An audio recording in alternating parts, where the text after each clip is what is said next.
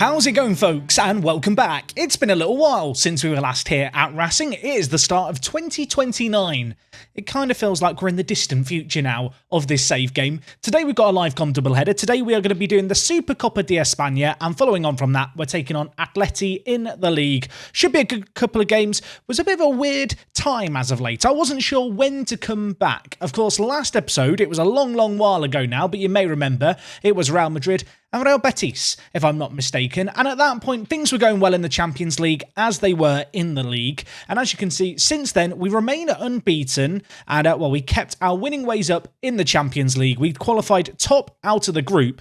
Little bit of a shock, perhaps. PSV ended up finishing second. Yes, there were 3 games left of the group stage when we left things. You can see here, we beat Milan, we beat Olympiacos, and then on the final game of the group stage, it finished 0-0 against PSV, and with our only drop points of the year, that point assured that PSV made it out the group. So a little bit of a surprise there, but we're into the knockouts, and in the knockouts, we've been drawn against Napoli. So I don't recall playing Napoli before. Have we played them before?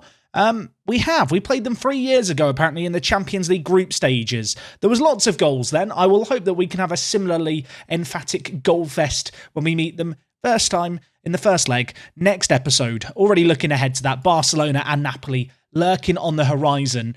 As for today, we're going to do the Supercopa final and we're going to do the game against Atletico Madrid. Since you were last here, we've played a lot of football. Of course, we've just talked about the Champions League, but elsewhere in the league, you can see here, back-to-back 1-1 draws against Granada and Getafe. Yeah, that was a weird set of results there. And in these games as well, fairly strong teams played between them.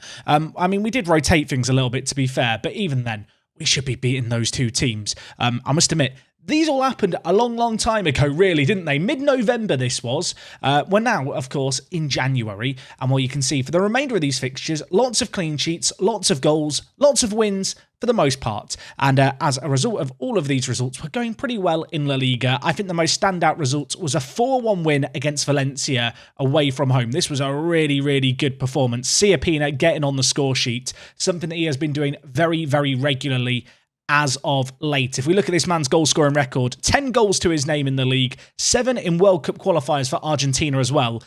He's really come of age, dare I say, the 23-year-old this year. Unfortunately, not available for today's game. He broke some ribs. Yeah, that's an annoying injury. It's going to keep him out for a little while. Could be back in 6 weeks. I mean, if we look ahead to what awaits in 6 weeks, he probably isn't going to be back for the first leg against Napoli now that I look at it. That's a little bit of a problem to overcome. But besides that, there hasn't been that many other problems, really. A few dilemmas here and there, but things are looking good. Just to have a little look at the league table. Of course, we've only drawn 2 games since you were last here, but despite not dropping too many points, the table remains close, and it remains close because Barcelona will not leave us alone. They are, really playing quite well right now. They are only 3 points behind us, as you can see here. Our draws are slowly but surely catching up with us. We do still have the best defence in the league, and we also have the most goals scored, which I think is really impressive.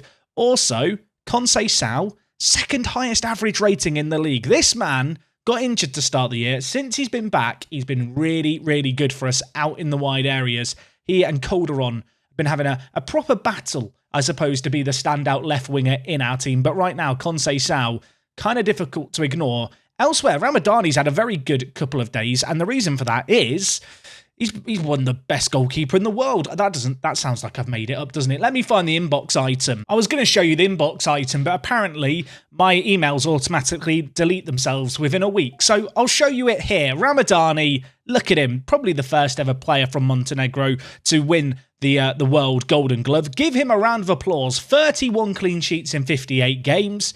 For all the people who tell me he's not good enough, he needs replacing, he was in the Media Dream 11 for the league, he's in the World Best 11, and he got told he was the best goalkeeper in the world. I love this man, and I don't ever remember having a goalkeeper win that award before now that I think about it. Now, of course, with it being the January transfer window, with us having £102 million in the bank, you might be sat there thinking, Jack, what are you getting up to in the transfer market? Nothing. I have no money.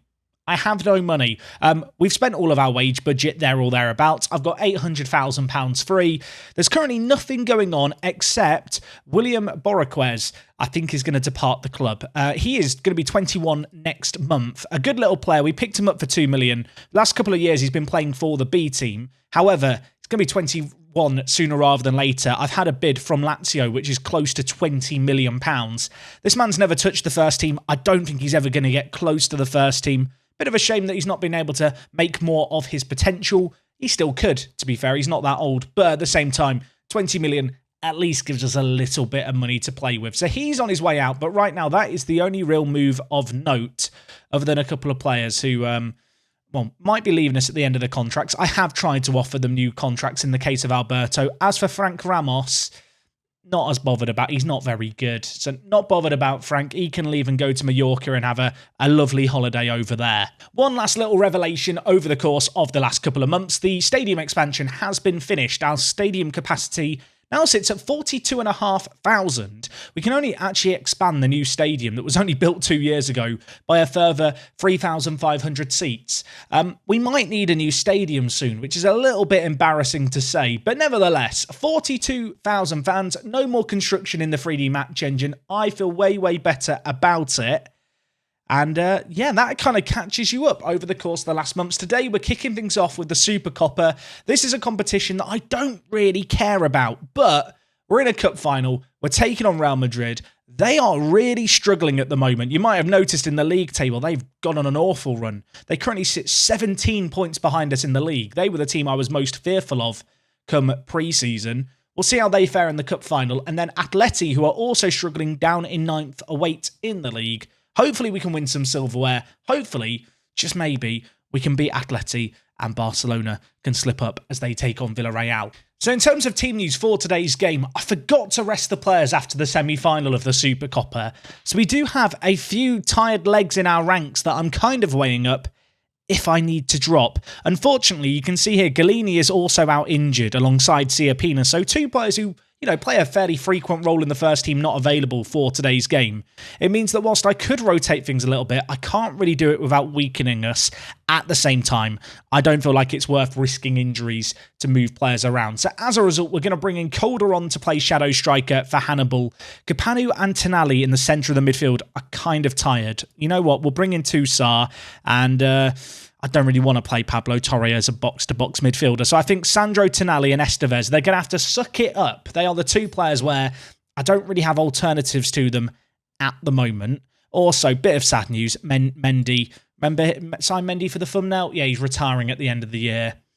I'm sad about it too. But anyway, let's get into this game. It's the Supercopa final. We live commed a couple of these games in previous years. Of course, just as a refresher, the Supercopa takes place in Saudi Arabia. It is a competition between what are viewed as the 4 best teams in Spain. It's not a particularly important piece of silverware, but when you're in the final of a cup, it becomes important, right? I always say this about the League Cup in England. You don't really care about the League Cup. You don't go into it trying to win it. But then once you're in the final, once you're in the quarterfinals, you start to think about the possibilities. And, well, I might think about the possibilities of a penalty here. I don't think it was a penalty for the record. This would be very, very soft if it's given. It's not going to be given. I could be the VAR referee, it turns out. Okay, throw in on the near side. Diaz to Calderon. Ball whipped in towards Toussaint. Tonali.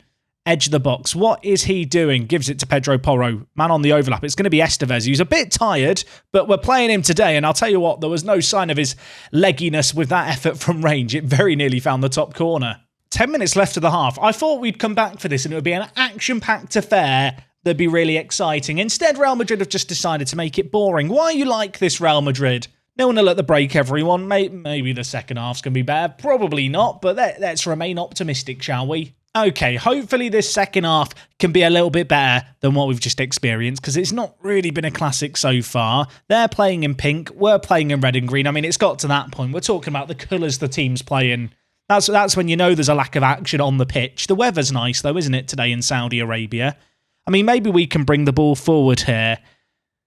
Diaz. Gvardiol playing it out from the back, but straight to De Jong. That's not the ball forward. And now Sinkveld. The scary Dutch striker is through, as is Kulusevski, Broma Poikina's finest. Gvardiol, though, gets it away from danger.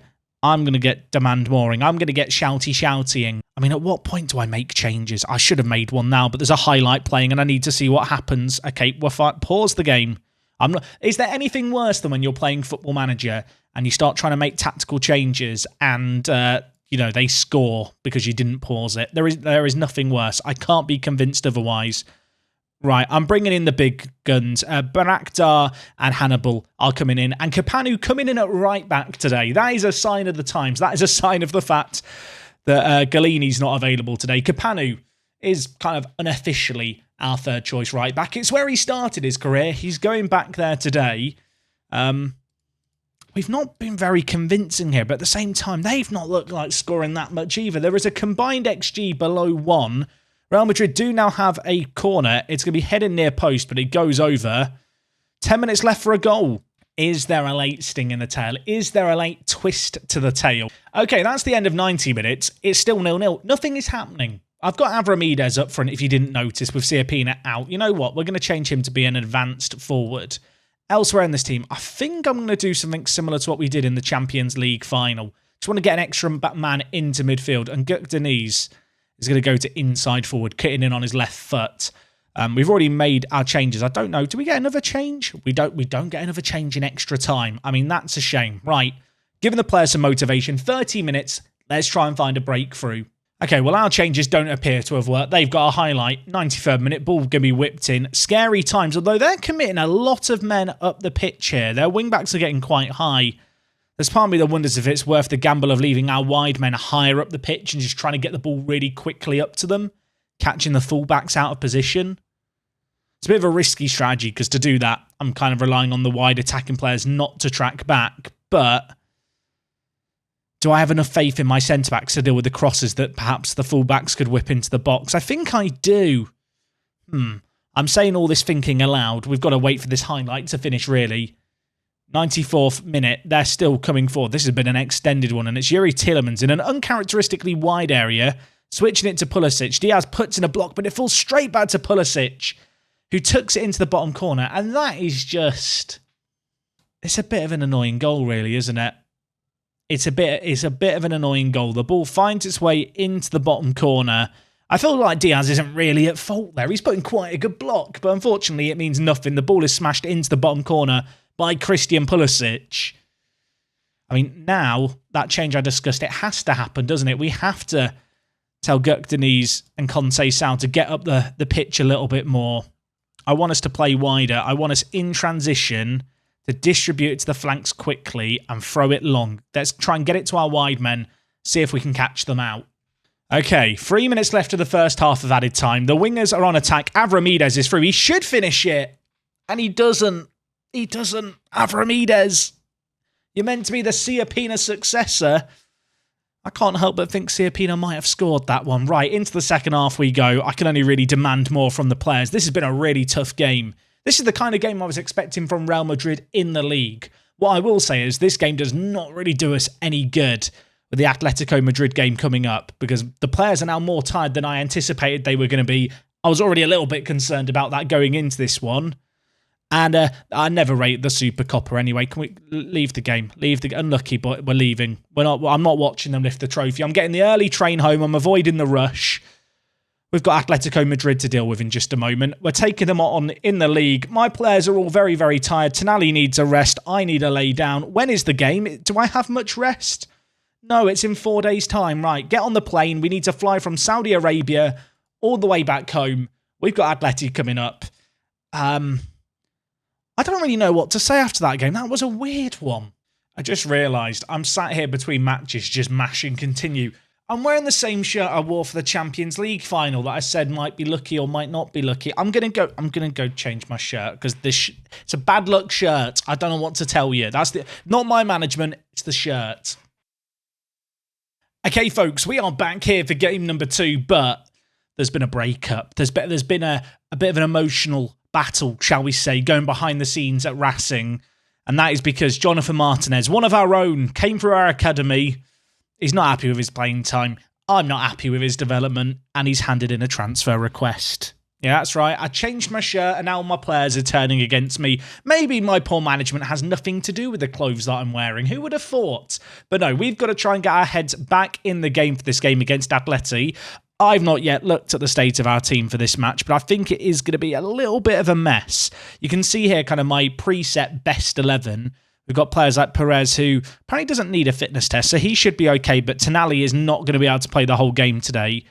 So I think we're going to have to start Tolisso. Elsewhere, Galini is not available, so we're going to have Leandro Diaz on the bench. And Ciapino can't play today because he's still injured. So Martinez, who's just asked for a move. Actually, you know what? I'm not going to put him on the bench. I'm putting Pablo Torre on the bench just to prove a point. What that does mean is Ramirez is staying as our striker. Yes, with Ciapino injured, I've tried playing him at striker a little bit. He's been maybe a bit hit and miss.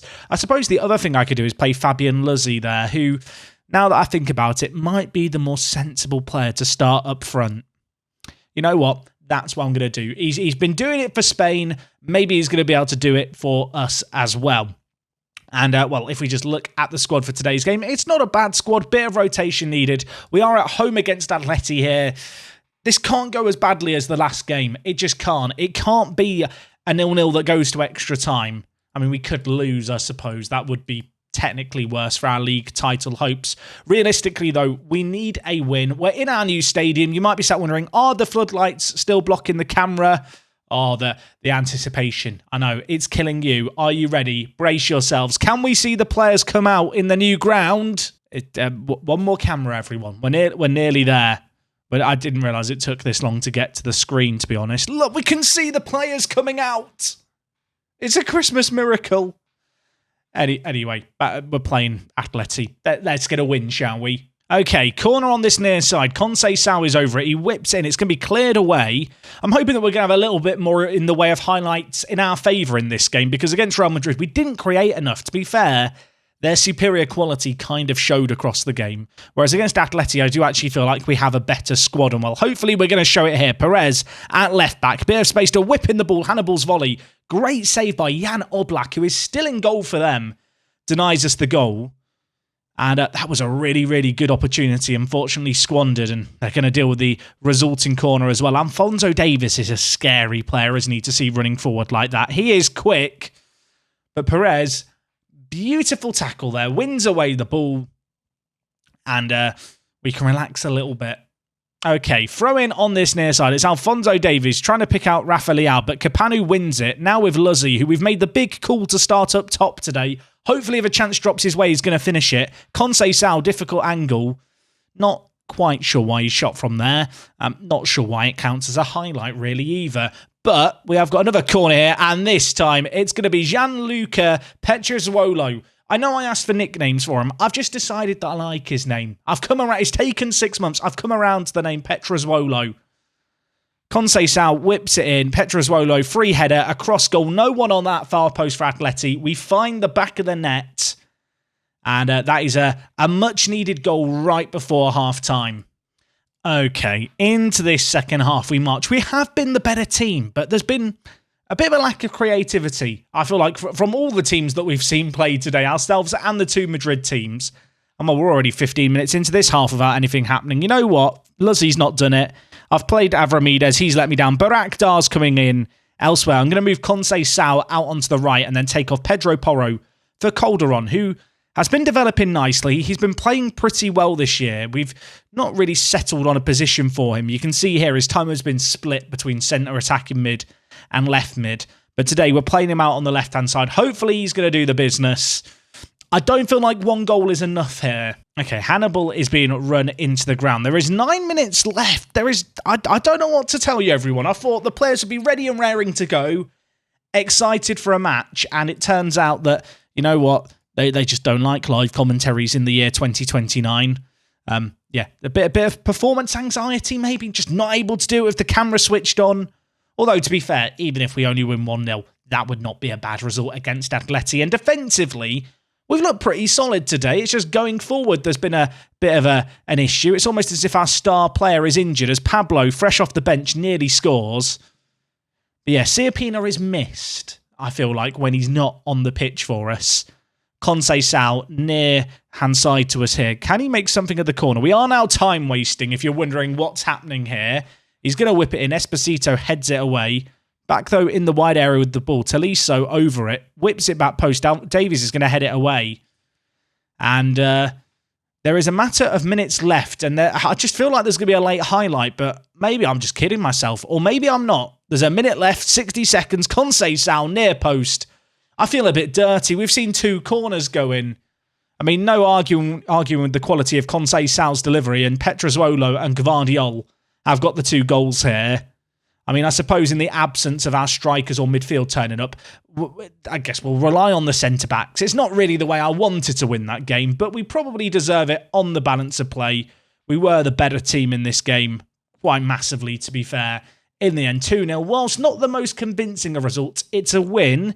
I didn't see how Barcelona got on. They also won. They beat Villarreal in 4th, 3-0. I was really hoping they would do us a favour, and they've not. I'll tell you now, today's been a weird episode. It's been so long since we were last here. We've had, obviously, the few sales, but not a lot of money to spend, the stadium expansion. Besides that, it's kind of been plain sailing.